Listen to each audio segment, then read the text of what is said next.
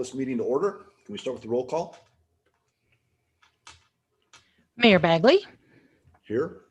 Councilmember Christensen. Here. Councilmember Hidalgo Faring. Here. Councilmember Martin. Here. Councilmember Peck. Here. Mayor Pro Tem Rodriguez. Here. Councilmember Waters. Here. Mayor, you have a quorum. All right. Aaron, can you lead us? Do you want to lead us with the pledge tonight? Sure thing. I pledge allegiance to the flag of the United States of America and to the republic for which it stands, one nation, under God, indivisible, with liberty and justice for all. Thank you, Mayor Pro Tem. All right, at this time, the chair would like to remind the public, anybody wishing to call in for public invited to be heard, we'll throw up this number. When the time is right, you'll call that number and then just wait to be called into the meeting by your last three numbers in your telephone number. All right, can we have a motion to approve the February 9th, 2021 regular session minutes of City Council, please? So moved. I'll second it. Okay, it's been moved by Councilmember Christensen and seconded by Councilmember Martin. All in favor, say aye. Aye. Aye. Opposed, say nay. All right, the motion carries unanimously. Do we have any agenda revisions or submission of documents? Councilmember Christensen. This isn't really an agenda item. It's actually a point of personal privilege. I was shocked to read in the paper today that Terry Benjamin had died. Terry Benjamin has been so important to Longmont and to everybody in the county. He was a thoroughly good man and good to his bones, and we will very much miss him. He was the co-founder of the Our Center, and he worked at the American Emergency Food Assistance organization for Boulder County for many years. And when his wife said, I was just so lucky to be married to him, that's a wonderful tribute. She was. Anyway, I just wanted to give a shout out to the family that I think everybody in town who knew Terry will miss him, and we will all miss him as a town and as a county. Thank you. All right, Mayor Pro Tem Rodriguez. Thank you, Mayor Bagley. I had a few conversations this week, and when we had our discussion a week or so ago, or was it 2 weeks ago, on waste diversion, it was talked about a little bit about the county compost facility that's being proposed, as well as the distance that we're currently trucking our compost out to and from. And so I don't remember this, but I was told by a few people that it didn't appear that the council was supportive of a county facility. And so I was just wondering if I would like to move that we provide a letter of support to the county commissioners from the city council supporting a county compost facility. Because of the current litigation, though, I think that we should leave any sort of topic of a specific site out of the letter, just more of a letter of support for a compost facility in the county. So that's my motion. All right, I'll second that. All in favor? Aye. Aye. Aye. Aye. Aye. Opposed? Opposed? Say nay. All right, the motion carries unanimously to put the composting issue on an upcoming agenda. Please make that happen, Harold. Thank you. All right, anything else? All right, let's move on then to our update on COVID-19. And I guess as you begin, Harold, the question I'd have is, so on council, how many of us have been vaccinated? Have we started? You have, Polly and Tim? And is Joan? I don't see Joan. All right, I'm assuming she has as well. Yes, I have. All right, cool. I would love to know when vaccines would be ready, other than just the 70 and up.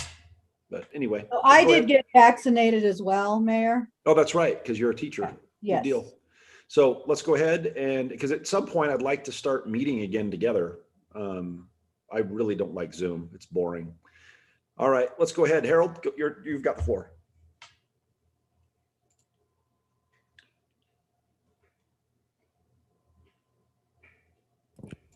Harold, we're not hearing you.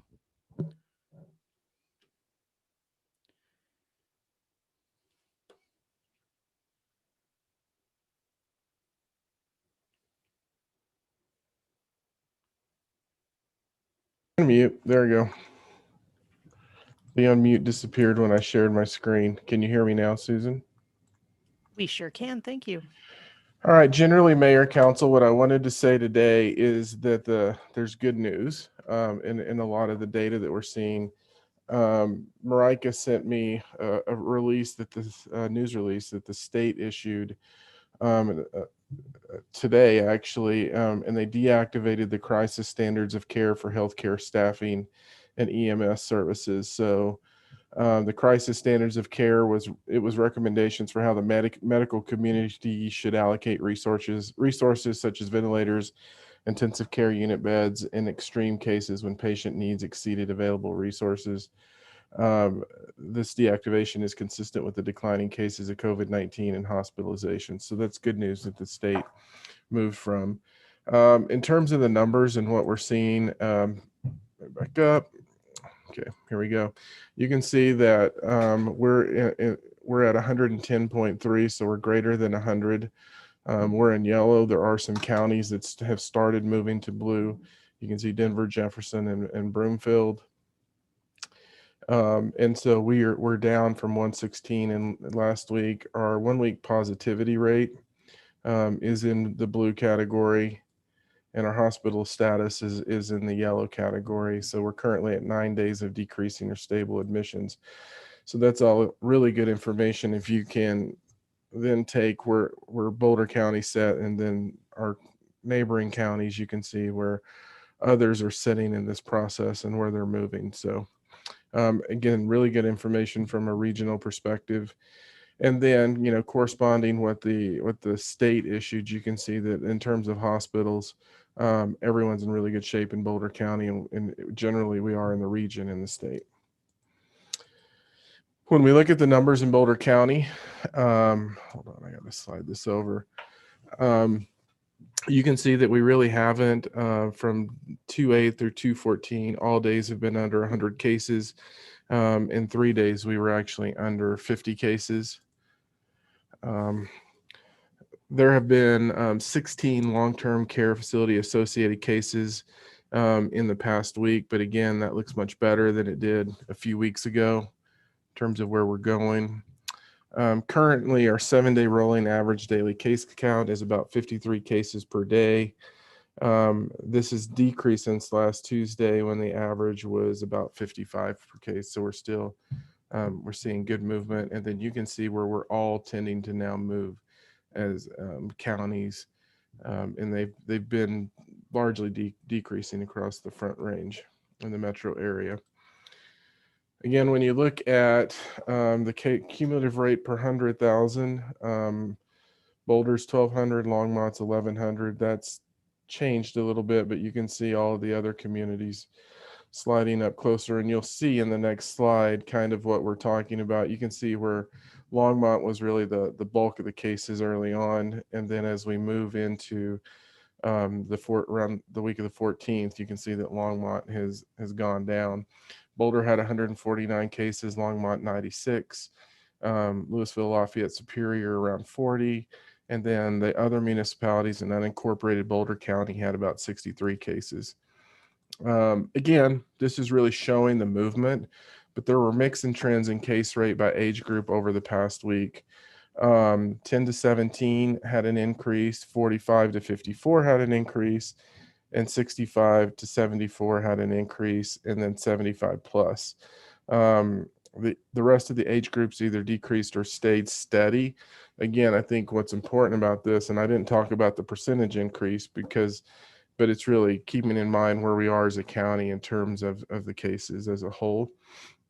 Among children, you can see that last week, over the past week compared to the previous week, case rates have decreased among 0 to 4 and 5 to 9 year olds, and they've increased slightly on 10 to 14 year olds and increased substantially of 15 to 17-year-olds. And so definitely seeing that movement in that age group. But again, keep in mind with the overall numbers, there have been 80 cases among 18 to 22-year-olds in the past week, and 62.5% of those have been among CU students.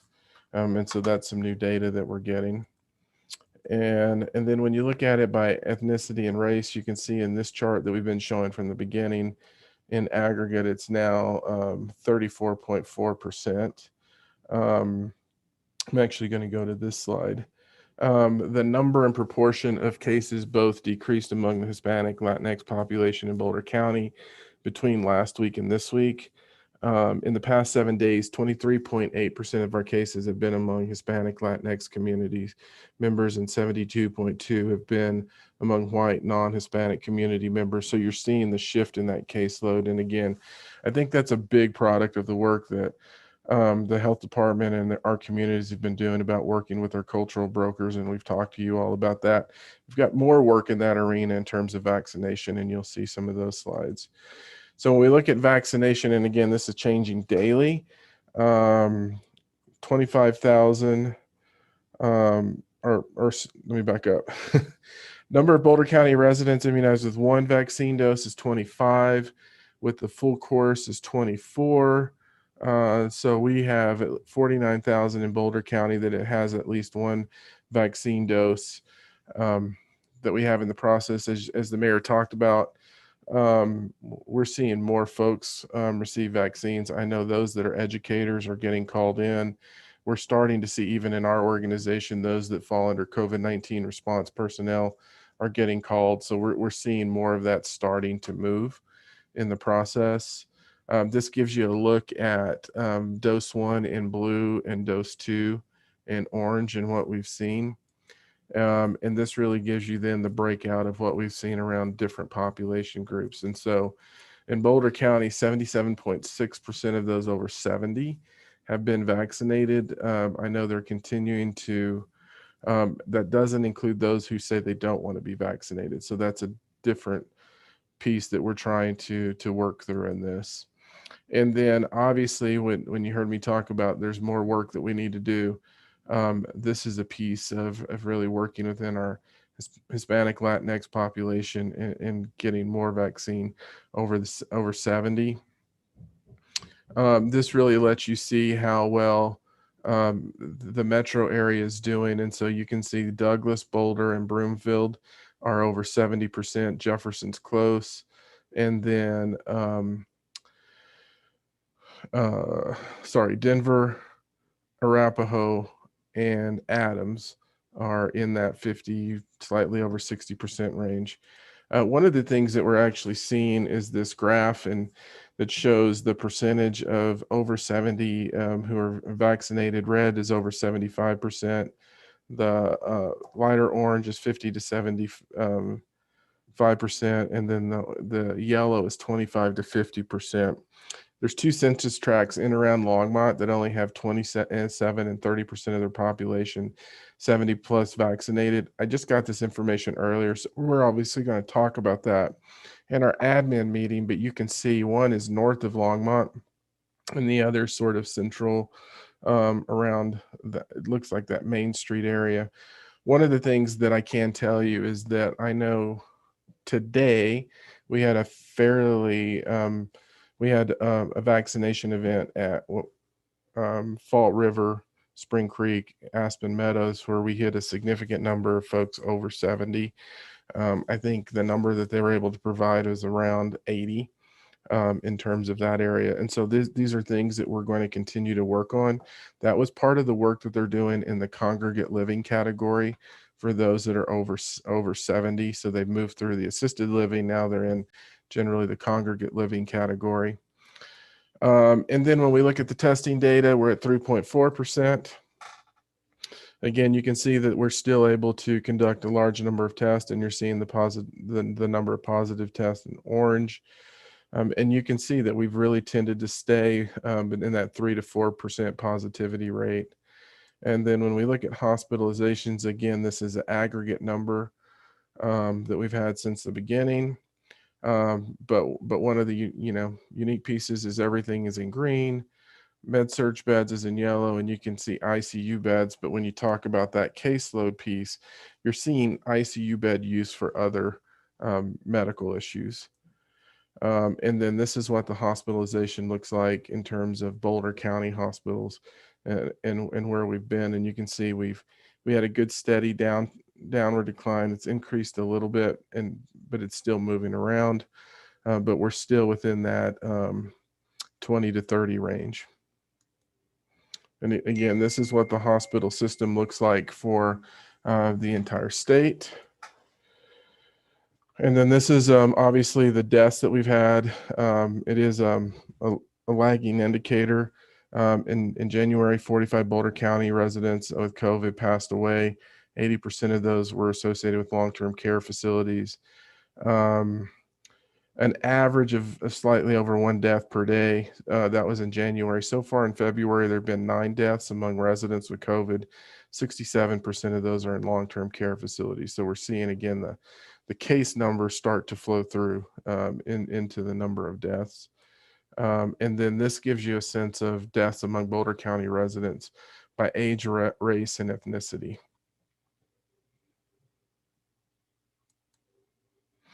Finally, when we look at mobility data as a whole in the state, we're at about 43%.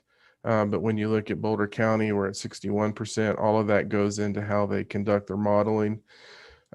So, Mayor, Council, that is a quick overview of the data. Generally, good news, we're moving in the right direction.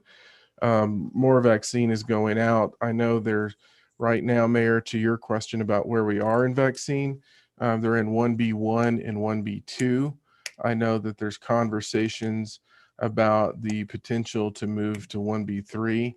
I think the governor may have said something around the first part of March. They're still working through that. Obviously, it really is about continuing to make progress in the 70 plus age category and then the educators as they're moving through the system. But we are, at least anecdotally, hearing a lot of people are getting through the system. Next week, I think we should have more information for you all regarding our vaccine plans in the county and what's going on, because that's going to follow our admin meeting on Thursday. Be happy to answer any questions. Councilmember Hidalgo Faring. I have a question. You had mentioned a vaccination event that happened near Fall River. Fall River, the LHA properties in Fall River. Okay. And so when I talked, so what they were doing is the county via our King Supers and Safeway conducted vaccinations at where we have folks living. And when I say congregate living, so we have a large number of people, older adults living in Aspen Meadows apartments, Fall River apartments, and Spring Creek apartments. And so it's really designed in those congregate living situations. So they worked with us similar to last week. I talked to you all about that we hit the Lodge in Hearthstone, which were also LHA Housing Authority properties, and Village Place. So that's what it's really about. So it's being led by the county. Is it not the city? Not this, well, the county, well, so it's a mix. The Okay. county helps facilitate it. And so from our staff, we have Kevin Ismail and Shannon McVaney and our OEM staff that are helping with that process. But then when we actually get to the facilities, we actually had Michelle Waite and her senior services staff, and then our housing authority staff members help facilitate that. And they literally have the pharmacist or whomever's giving the injections in that facility. So, it's through the county system, but then when they get in, we really support those as they're occurring in those facilities. Okay, so then that's different from like a mobile unit or a county clinic or the community clinics. Is that kind of like the same? Is it Similar concept. We're just staffing it with some of our folks to help facilitate that so they can balance their staffing loads in other places. I know they're also starting to really look at providing vaccines to those who are not mobile, for lack of a better word. Okay. are homebound. And so that's a conversation that Michelle Waite's actively involved in, Mhm. and moving through it. So Okay, what you're really seeing in this, the simple answer is it is in their system. We are putting people in to help them through the processes. And then we put people help to actually help carry out these vaccinations at various facilities. Thus far, it's been focused on the housing authority okay, sites. okay. So really, these things are, these types of efforts are geared towards elderly, homebound people. And then, so I'm thinking of more along the lines of general public then should really be contacting their primary care physicians and not really trying to find any of these kind of clinics.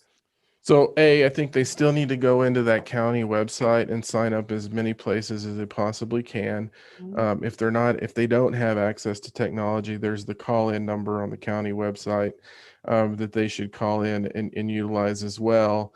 And then I know the county, they are looking at that next wave. So really, when we start getting into that next wave, Mhm. that's when other things we're continuing to work and plan for other vaccine sites.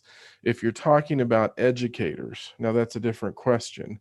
Yeah, I know. Educators have been directed to go through the facilities that their associated school districts are working with. Mhm.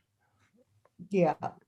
No, and they still have the option to go through their primary care. Correct. I have mine through Kaiser. Yep. But I did sign up for the district one. And I guess I just want to make sure that as we go through the next wave or as more vaccines become available, that we're not there with vaccines and not enough facilities or clinics to get it out to the larger community. We have the capacity in Boulder County to vaccinate 20,000 people a week. I think is the number they gave me. And the challenge is really just getting supply. Okay. And we have all of those facilities have been moving in terms of getting that vaccine out. And you saw me point out that map on the 70 plus where we saw lower percentages. That's the data that they're starting to utilize to really target specific areas in terms of this next focus to ensure we continue moving on the groups that we need to hit. Okay, great. Thank you. Councilmember Peck. Thank you, Mayor Bagley. So Harold, as we move into the larger population, are we going to have a site in Longmont, for example, the senior center or rec center or other big space where people can just come to get the shot if they have not had it? We've had some questions, not a lot, about where in Longmont can I go? I cannot go to Boulder County to get a shot. So that's part of the conversation as we move into 1B3 and then the general groups. And so there are a lot of sites that we've looked at. Obviously, the fairgrounds is a site that they're really focused on, and they've actually run a couple of vaccine events there as they're working through it. We have evaluated a couple of our facilities. The one that I think made the most sense based on ceiling height, airflow, and those things was actually the Memorial Building, also because of access to transit and some other issues. Again, that's all dependent on, so the variable that none of us can control is quantity of vaccine. And so as things open up, they have layered plan after plan so that we can start spinning up things based on actually having enough vaccine.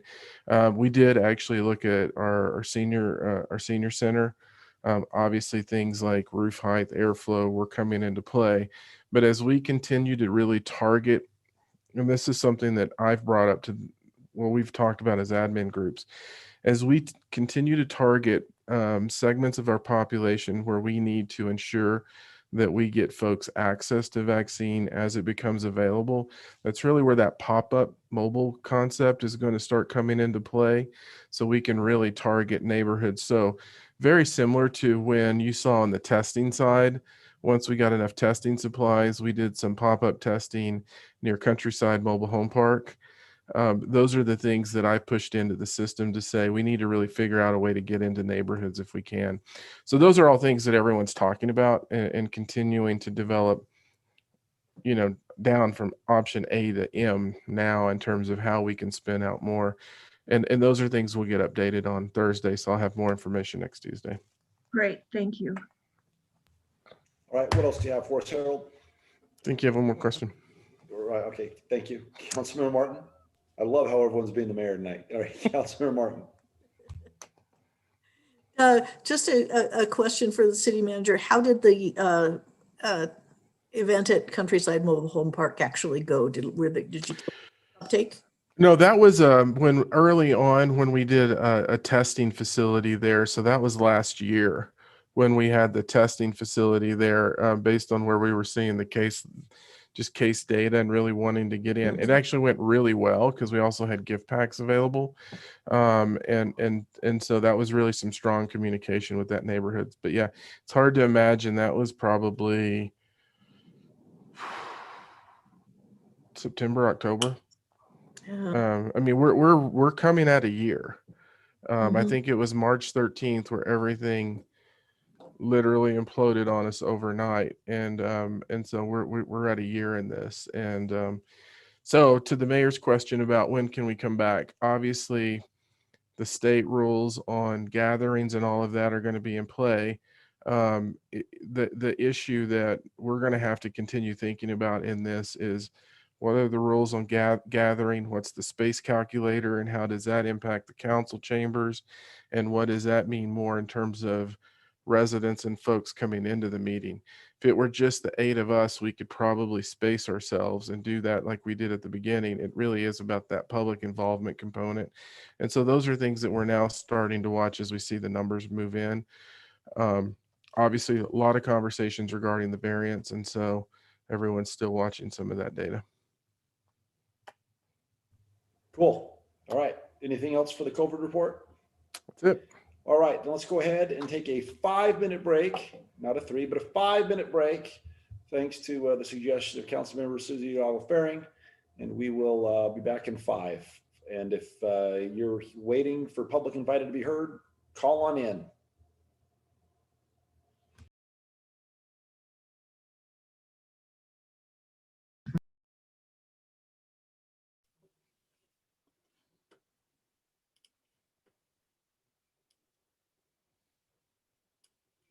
All right, folks, it's time to call in if you're interested in our public invited to be heard portion of our agenda tonight. The number to dial is toll free 1-888-788-0099. Again, that number is 1-888-788-0099. When prompted, enter the meeting ID 817-391-6915. Again, that's 817-391-6965. You will be prompted for a participant ID. You can press pound, and then you will join the waiting room where you will be eventually led into the meeting. Please mute the device where you're watching the live stream. Otherwise, you're going to get feedback and a delay. So you'll need to listen to the instructions through the telephone when you join the meeting.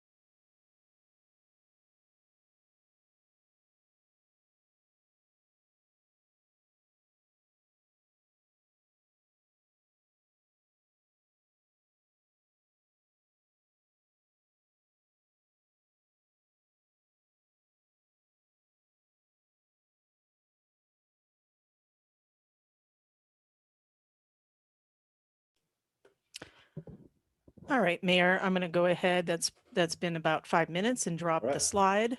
And then we'll wait just a few seconds for our live stream to catch up with us. Make sure that has come down. We do have one caller. Okay.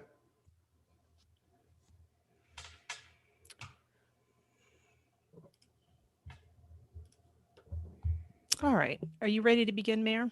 Yep, we are. So the caller whose number ends in 212, I'm going to ask you to unmute. Caller that ends in 212. Are you there?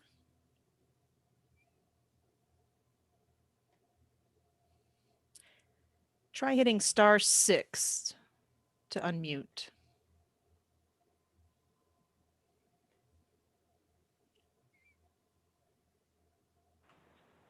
There you are. Can you hear us? Yep. All right. Please state your name and address for the record, and you have 3 minutes.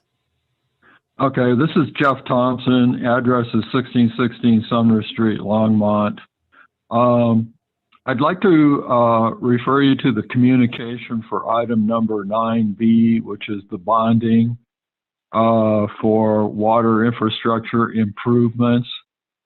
And before you go forward with this and having the hearing in 2 weeks, this communication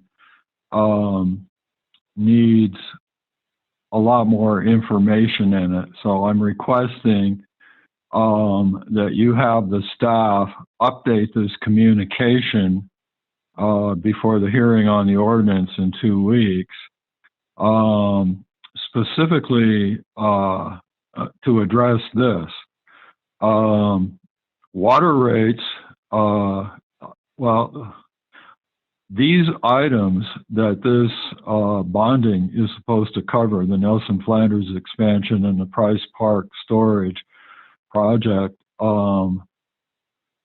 these projects were supposed to be paid for with the rate increases, 5 years of rate increases that were enacted by the City Council in early 2015. And the information provided to the City Council on that was provided in late 2014. Those projects, the plan was back in 2015 is those projects were supposed to be done now and paid with those rate increases enacted back in 2015. But the projects were deferred because instead of using the rate increase money for those projects, the rate increase money was used for the Windy Gap base project and the Windy Gap firming project. It's well documented in many city council meetings and communications that the city council was deferring these projects so that it could use the money from the rate increases to pay for the Windy Gap projects. So would you please update the city council communication before you go through with the hearing and inform the people of Longmont how much of this $55 million in bonds that we're trying to get now is actually to cover what was supposed to have been spent on these projects by now, but instead was spent on the Windy Gap project. And then that way, if you know, you could make another thing you could make this council communication a lot more clear on is just the basic numbers. But I got out my calculator, and basically you're spending $64.9 million to get $55 million. So there's $9.9 million of Mr. Thompson, interest and underwriters costs. You're So about at 3.5 minutes. I'm gonna have to cut you off, but we do appreciate your time and your speaking up. Thank you. All right, next caller. Anybody? No, Mayor, that was it. We had one caller this evening. All right, great. Then let's go ahead and wrap up. First call, public invited to be heard, and move on to the consent agenda. If you could read that for us, Don. Thank you. Absolutely, Mayor.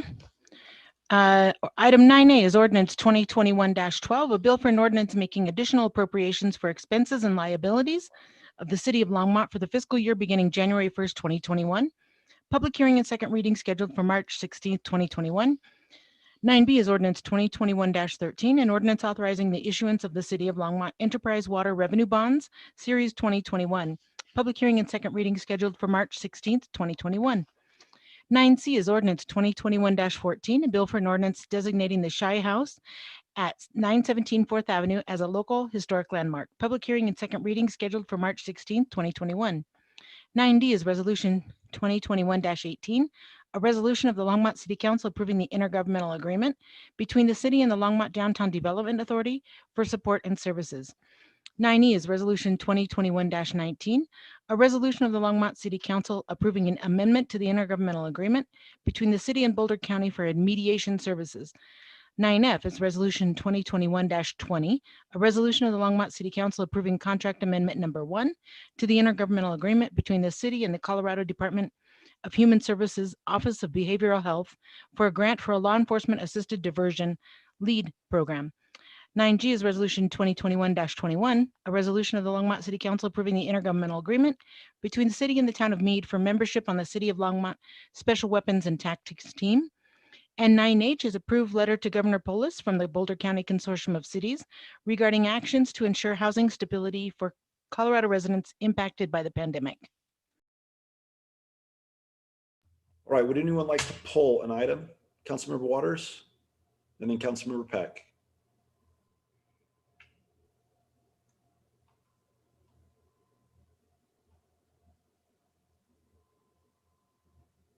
Apologies, this is All right. a glitch in my system tonight. I'd like to pull item 9B. Okay, Councilmember Peck, is that what you wanted to pull? Which one was that again? I don't have the letter. Water bond issue. Yes, that one, as well as 9G. All right, can we have a motion for the consent agenda less B and G? I move the So consent. moved. All Must right, be- it's been moved by Councilmember Martin, seconded by Councilmember Peck. All in favor of the consent agenda, say aye. Aye. Aye. Aye. Opposed, say nay. All right, great. Let's go ahead. And there are no ordinances on second reading. So let's go ahead. Joan, let's deal with yours first. G. Resolution 2021-21, a resolution of the Longmont City Council approving the intergovernmental agreement between the city and the town of Meade for membership on the City of Longmont Special Weapons and Tactics Team. Great, thank you, Mayor Bagley. I actually agree with this, but I do have a question. I'm curious, are the towns where we have this type of IGA, you said Firestone and now Meade, for serial weapons and tactical, are they following all the state gun laws? For example, the red flag law? And is that important to us? I am nervous about having IGAs with towns that have been adamantly against some of the legislation that has come down and passed. So I don't know if it's important. I just want to put that out there. Jeff, can you answer that? I cannot answer. It is a state law, but I can't say for sure what stance their city has taken. In Meade, and the other town that we have the agreement with is Frederick.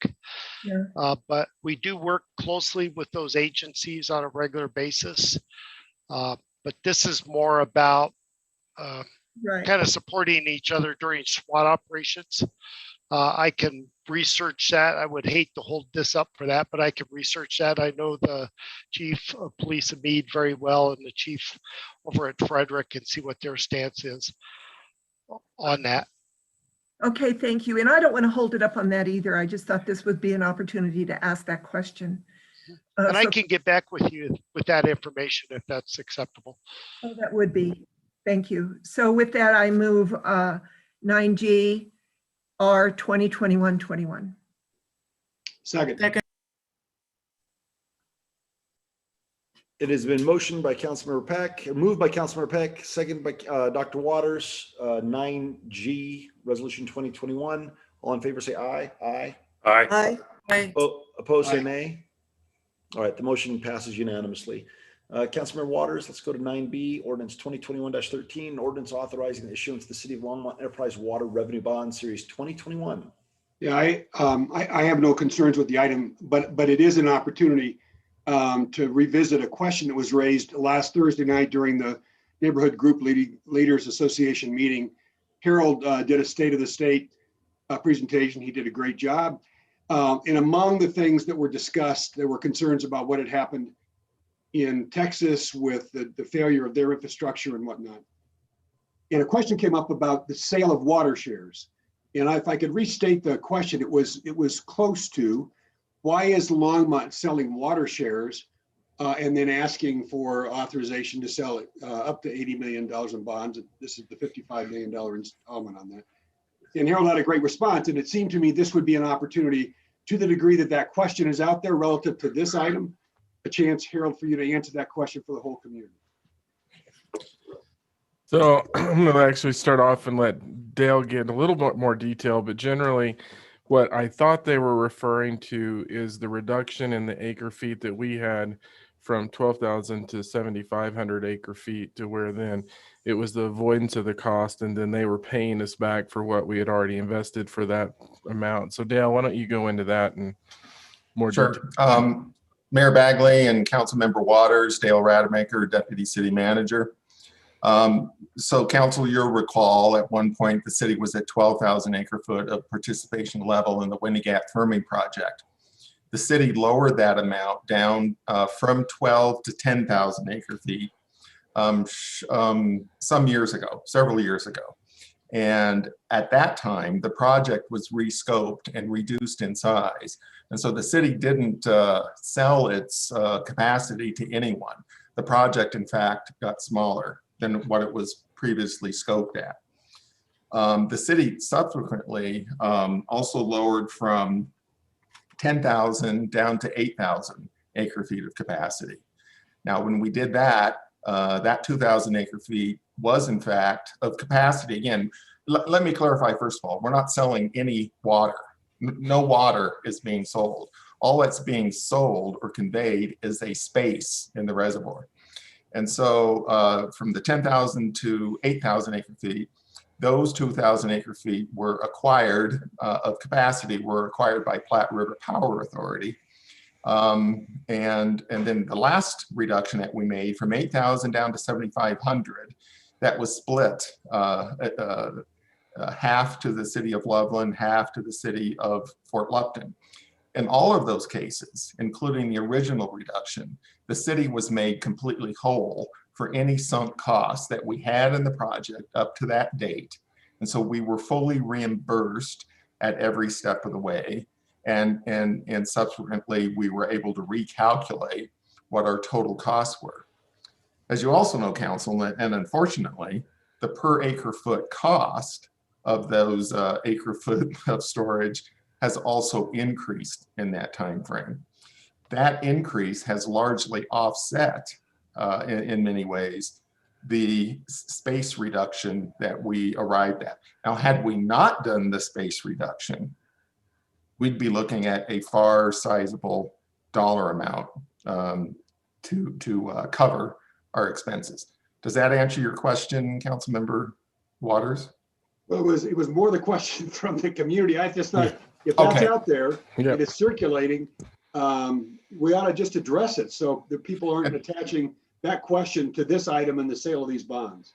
And what's important about the sales of these bonds, none of these funds are going to Windy Gap firming that we are looking to do in this potential, the sale that we're doing now. And in fact, these are the bonds, a portion of the bonds that the city voters authorized, which was up to $80 million of bonds in the last election, last November. Those were for the Nelson Flanders treatment plant, Price Park Reservoir, and other overall water system improvements. So I'll make an observation and ask a question, Dale. The observation would be, at least in my view, what we are doing with the authorization of the sale of these bonds and the work that will be funded protects a generation from now, Longmont residents who don't experience what Texans experienced last week, right? Had somebody made that investment in 1989 or in 2011, those kinds of investments, they wouldn't have experienced what they experienced this week. Is that fair? That's a great point, Councilmember Waters. What I would say is it demonstrates this community's commitment to reinvesting in both the resiliency and the reliability of their water system, so that this community should never have to face what folks are experiencing in other areas of the country. I can't say we never will, but for gosh sakes, we will have a very reliable system. It won't be because we neglected the system. Exactly. Answer one more question. If this or any city council were to be interested in selling water to another municipality or other interest, what would be required? So required by the city charter, it takes a vote of the members of the Longmont community. People have to vote to sell water in this town. City council does not have the authority to sell water. Good. Thanks, Dale. I think it's important if people are concerned that they have that assurance. I'll be quiet. Thank you. Want to make a motion, Tim? Oh, Councilmember. I would, Peck. but Councilmember Peck, Yep. she should make the motion when she's finished. Councilmember Peck. Thank you, Mayor Bagley. A follow-up question on what Councilman Waters just asked. Does PRPA have the ability to sell the water? Does PRPA have the ability? Yeah. Yes, they do. Okay. Platte River can sell their Windy Gap shares by a vote of their board. Okay. The other question I have is that because this was a vote a couple of years ago for the infrastructure on these two plants, are our water rates going to go up for this bond? And that was part of the vote, if I remember correctly, that it was an escalated rate plan. So this is not really anything new. It is forgotten, but it is not new. So that's correct, Councilmember Peck. Yeah, and we need to make sure that the public understands that this was their decision to do this by their vote. And let me just clarify as well. I see Barb and Becky have come on here, but Council, you have already approved the rate increases, the rate structure, if you will, that are necessary to cover the debt service for the entire bond issuance up to 80 million, in addition to the bond issuance for the Windy Gap project. Right. You've done both of those already. And so you're not having to approve additional rate increases beyond what you've already approved. Correct. Thank you for that clarification. Is it possible for you to actually address right now what Mr. Thompson brought up about the 2015 rates increases in 2015, and that this was supposed to be already built and paid off? I would like to put that to rest immediately or clarified. So I'm going to do it, Councilmember Peck, at a fairly high level. I don't have all that data right in front of me right now, but here's what I do recall. In that 2014 timeframe, the city had completed what we called the Integrated Treated Water Master Plan. In that document, we identified upwards of $200 million of investment that will be needed to maintain and in some ways expand the capacity and the reliability of your water system over the next about 20-year time span. So Mr. Thompson might be referring to that document where we absolutely identified things like the need to expand the Nelson Flanders treatment plant. We identified the need to replace the Price Park storage tank. So those things were all identified at the master plan level. So where we are now is we have done the rate analysis to know how we're going to be able to afford to do those over the next several years instead of the next 20 years. And so we are building these projects in accordance with that integrated treated water master plan. which again is a very long-term plan, but it is looking at the entirety of the water system. And so he's correct that we identified the need to do these projects. We did not, however, back then, increase the rates to cover those. The last rate increase that you did is the rate increases that will pay for the Nelson Flanders and Price Park projects as an example of some current projects that are going forward. Does that help? It definitely helps. Thank you. I think it's important to get that information out. And I really want to thank our staff, especially you, Dale, and all of your minions, to thank you for your vision and keeping, our infrastructure, keeping an eye on it and bringing it up to date, making sure it all works. It's huge. It's very important. So with that, I'm going to move 2021-13. Second. All right, item 9B, ordinance 2021-13 has been moved by Councilmember Peck and it has been seconded by Councilmember Waters. Seeing no further discussion or debate, since it was a consent agenda item, all in favor say aye. Aye. Aye. Opposed, say nay. All right, the motion carries unanimously. All right, there are no ordinances on second reading, or else we've already handled it. Let's go on to general business. Do we have a motion to recess the Longmont City Council and convene as the Board of Directors of the Longmont General Improvement District Number 1? So moved. I'll second it. It's been moved and seconded. All in favor say aye. Aye. Aye. All right, motion carries unanimously. All right, we are currently convening as the Longmont, we're currently convening the Board of Directors of the Longmont General Improvement District Number 1. Pertaining to resolution LGID 2021-01, which is a resolution of the Board of Directors of the Longmont General Improvement District Number 1, approving an intergovernmental agreement with the Longmont Downtown Development Authority for general administrative services. Do I have a motion? So moved. All right, it's been moved by Councilmember Peck, seconded by Councilmember Waters. All in favor, say, do we have any, is there any debate or discussion on this matter? All right, seeing none, all in favor say aye. Aye. Aye. Opposed, say nay. All right, the motion carries unanimously. Do I have a motion to adjourn as the Longmont General Improvement District Number 1 Board of Directors and reconvene as the Longmont City Council? So move. Second. All right, it's been moved by Councilmember Martin and seconded by Councilmember Doggle-Faring that we adjourn and reconvene as the Longmont City Council. All in favor say aye. Aye. Aye. Aye. Opposed, say nay.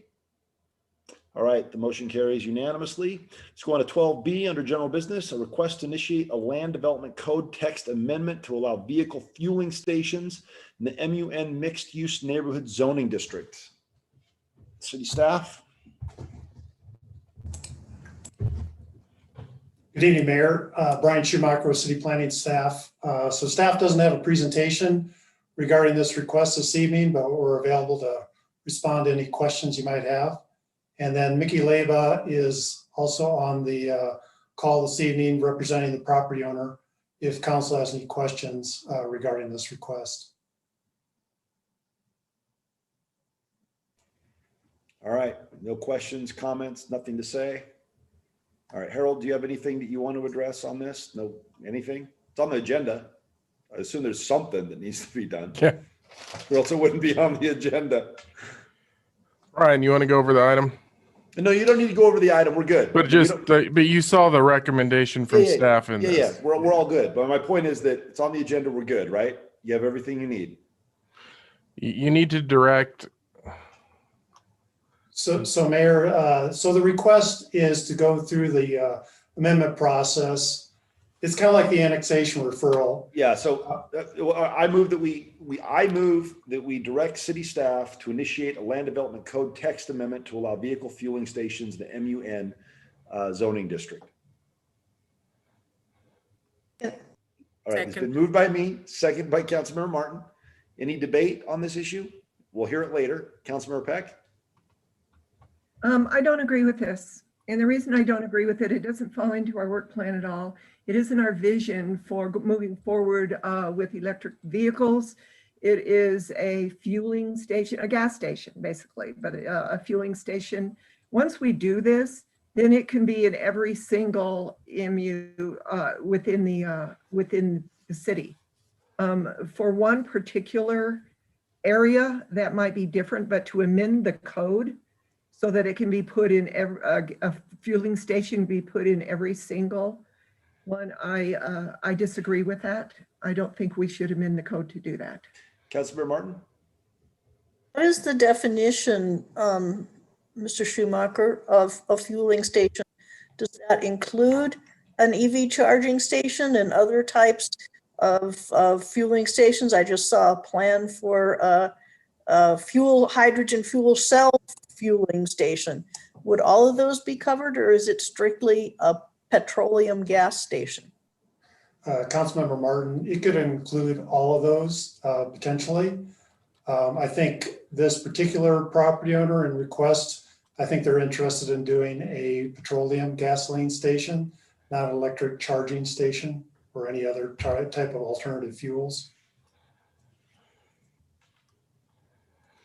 But So, Mayor- again, the request would apply citywide in all mixed-use neighborhood zoning districts. All right, so then is there I assume there is something coming forward that would push us to have this conversation. What is that?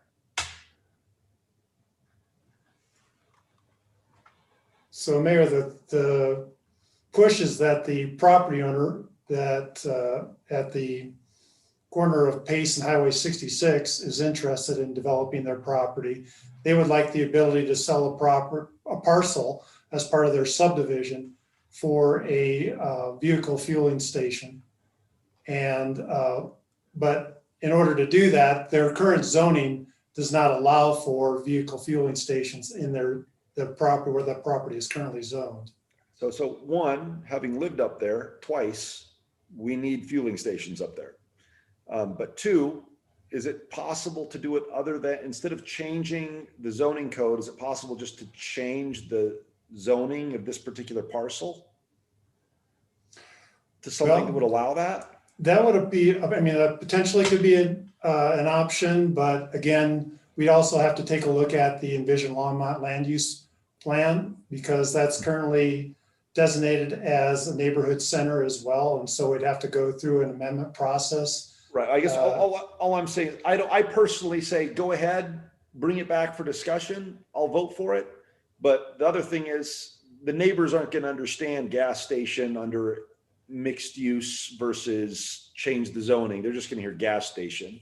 And so I'm willing to discuss it later. I'll vote for this, but I'm just curious. I'd like to see other options as it comes back, if that makes sense. So let's go ahead and vote and give them the thumbs up or thumbs down to continue with it. And then we'll debate this at another time. Councilmember Waters? Okay, it worked. So if we, I would like to keep open the possibility, as Councilmember Martin was suggesting, that in mixed use developments, we might have types of fueling stations. I have heard from the residents in the neighborhood adjacent to this particular piece of property. They're not interested in a gas station being in proximity to their homes. So at the end of the day, I wouldn't vote for making the change to accommodate this request. But I don't want to vote no on this request and eliminate the prospect of considering fueling stations for EV stations or others in mixed use developments down the road, if that's an option. So what are my options, Brian? That would be you, Brian Schumacher, because I don't know. Yeah, it was. I figured that was probably the case. Just making sure that everybody's looking at the right box on the computer. That would be you. It was Mr. Schumacher versus Mr. Mayor. Yes, thank you. So if council's interested in exploring this further, we could look at some options in terms of putting in certain types of restrictions going forward as part of an amendment process that would help to try to mitigate potential impacts on the neighborhood. Whether that's, requiring that all vehicle fueling stations would have to go through a conditional use review, whether or not they would need to have some type of distance separation requirements, so you don't have a fueling station immediately adjacent to a residential lot, for example. You could have some size limitations. You could have, council could put in some place that, vehicle fueling stations have to have, electric charging stations. So voting yes on this would allow us to move further into that discussion. That's correct, if council so chooses. Thank you.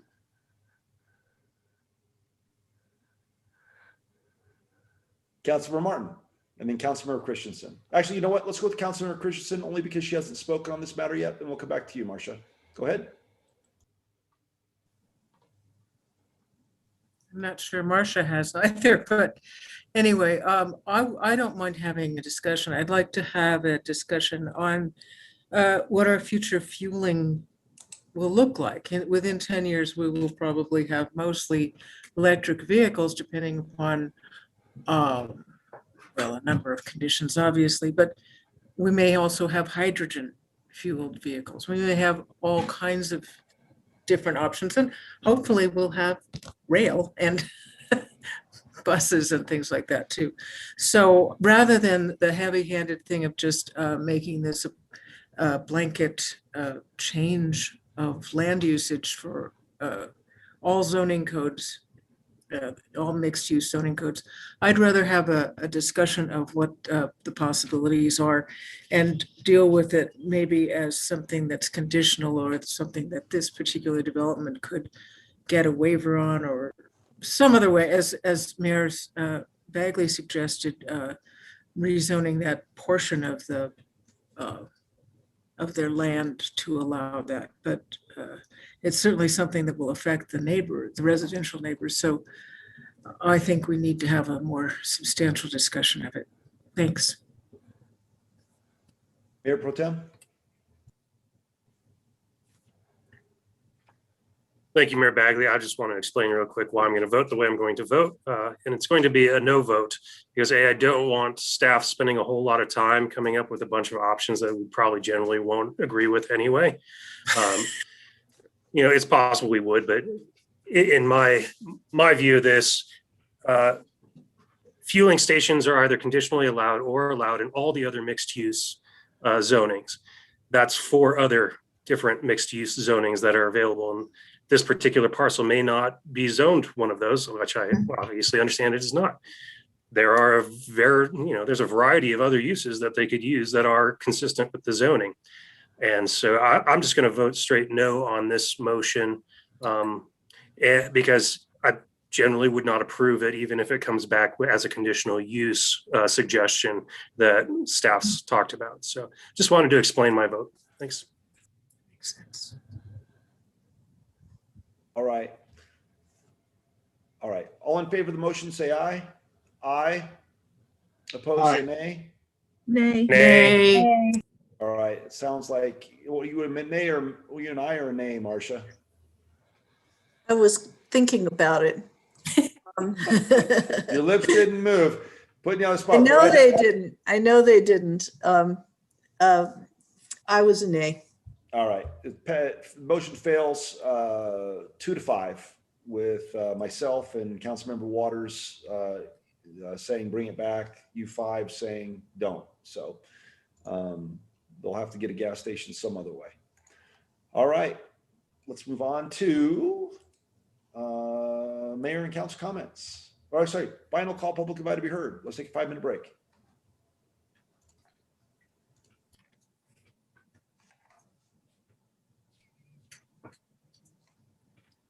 All right, folks, this is our final public invited to be heard opportunity. The information on how to dial in is on the screen. You can dial toll free 1-888-788-0099. Again, 1-888-788-0099. When prompted, enter the meeting ID 817-3916-6965.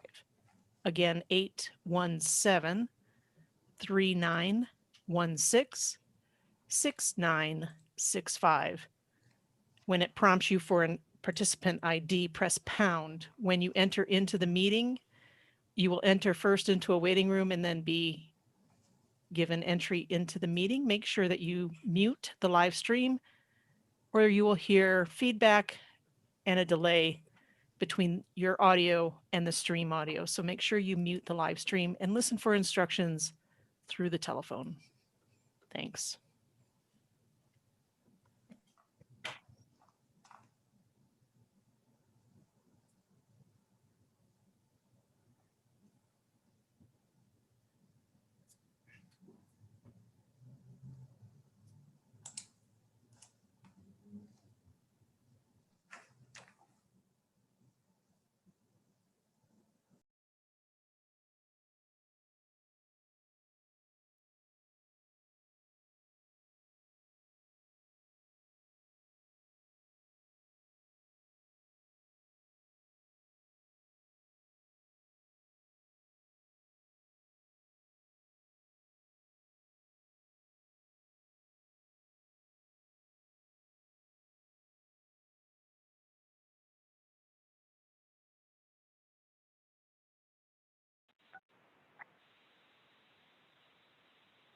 Hello?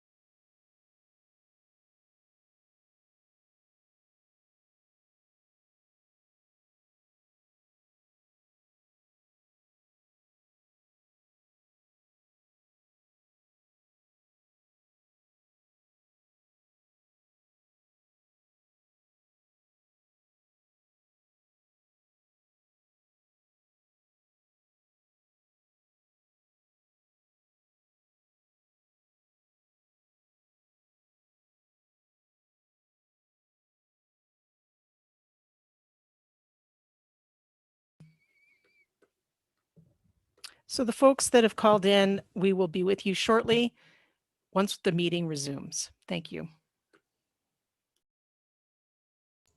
And let's go ahead and resume in about 60 seconds.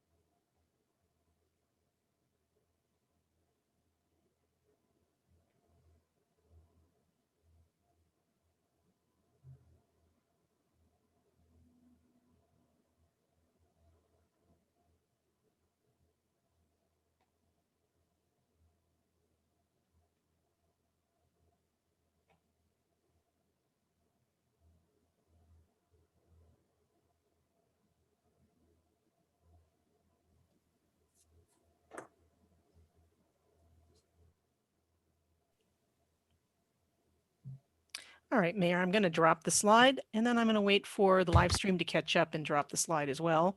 Okay. We have one caller at this point. Thought I heard somebody. Yes, you did.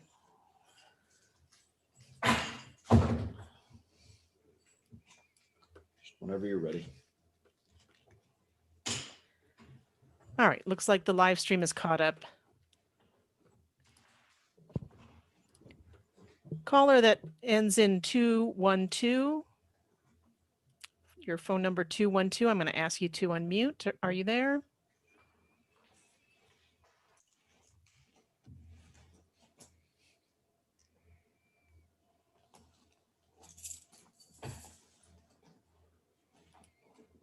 Caller 212. He's probably going to hear it in about 10 seconds or so if he hasn't muted the live stream.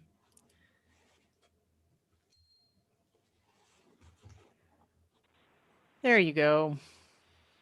Hello. Hi, please state your name and address for the record. You have 3 minutes. It's Jeff Thompson again. Sometimes I just don't believe what I hear in these city council meetings from Dale Rademacher. So did he actually say that the rate increases that were authorized by ordinance by the city council, the water rate increases in early 2015, were not to cover projects like the Nelson Flanders expansion project and replacement of the storage tank up by the water tower in Price Park? Did he really say that? Because if he did, I'm going to come back to the city council in 2 weeks when you have the hearing on this new ordinance and tell you exactly at what minute at the hearing on that 2015 ordinance, I spoke at the hearing and said, you're not really going to spend that money the way you say you're going to spend it on projects like Nelson Flanders. You just want to get your hands on that money so you can throw it down the Windy Gap rat hole. And Del Rademacher came up, I think it was Mayor Bagley asked him about my contention that that money was really going to be used for Windy Gap and not for these infrastructure projects. And Del Rademacher denied it. So, I mean, now we've got 2 Del Rademacher lies on the record about this. I was the one telling you the truth, or actually predicting. I said, you're not going to spend this money on these infrastructure projects. You're going to spend this money on Windy Gap. And he said, no, we absolutely are not going to do that.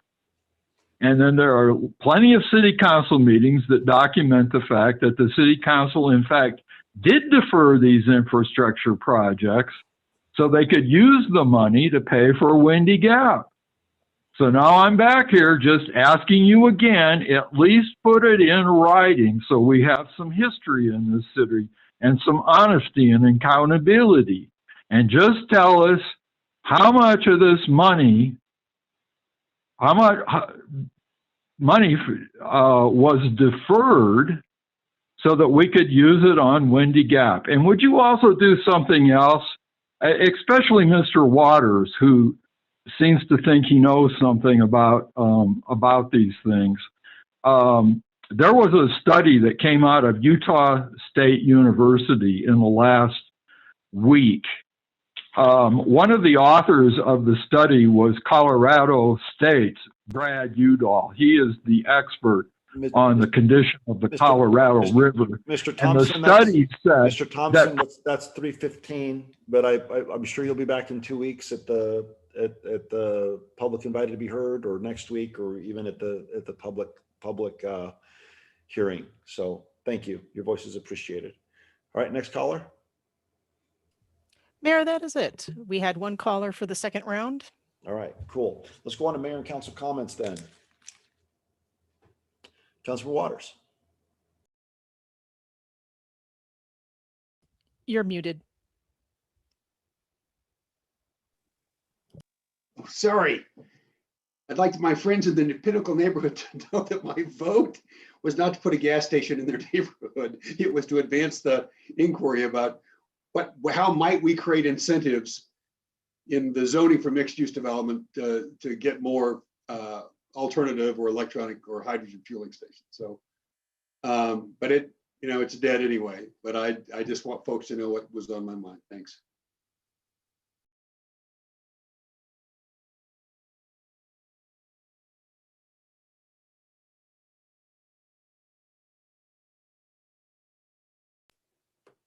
I said, anybody else?